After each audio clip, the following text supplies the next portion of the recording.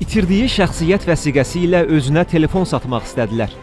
Bakıda işləyən Balakən rayon sakini Orxan Qaracayev iddia edir ki, kimsə ona məxsus şəxsiyyət vəsiqəsi ilə telefon satmaq adı altında dələduzluq edir. Başqa birisinin vəsiqəsinin sizdə nə işi var? Bir gün işdə olanda biri çöldən tapıb gətirib vəsiqə qoydu ki, sahibi gəlsə ona verərsiniz. Mən də onlayn satış edirdim, amma çox xeyri qalmırdı. Vəsiqəni görən kimi beynimdə bir işıq yandı, aydınlanma yaşadım. Başladım onlayn telefon satmağa, əslində satmamağa.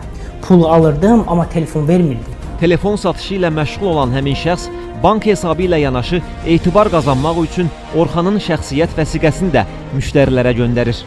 Ucuz qiymətə təklif olunan telefonlara görə ödəniş edildikdən sonra isə sifarişçilərin nömrəsi bloklanır. Necə inanırdılar insanlar sizə belə rahat şəkildə? İnanmaqları üçün tapdığım vəsiqəni atırdım WhatsApp-da, sonra pulu göndərirdilər, mən də ondan sonra bloklayırdım. Orxan Qaracayev deyir ki, bu məsələ ilə bağlı ondan polisə şikayətlər də daxil olur. Sizin bu işinizə görə vəsiqənin sahibinə polisdən şikayətlər gəlirdi. Biraz narahat olmadınız? Biraz narahatçılıq olurdu, amma pul gələndən sonra unudurdum. İnsan pisi tez unudur, yaxşıya tez öləcək. Maraqlıdır ki, həmin şəxs etibarını möhkəmləndirmək üçün WhatsApp profilinə Daxili İşlər Nazirliyinin loqosunu yerləşdirib.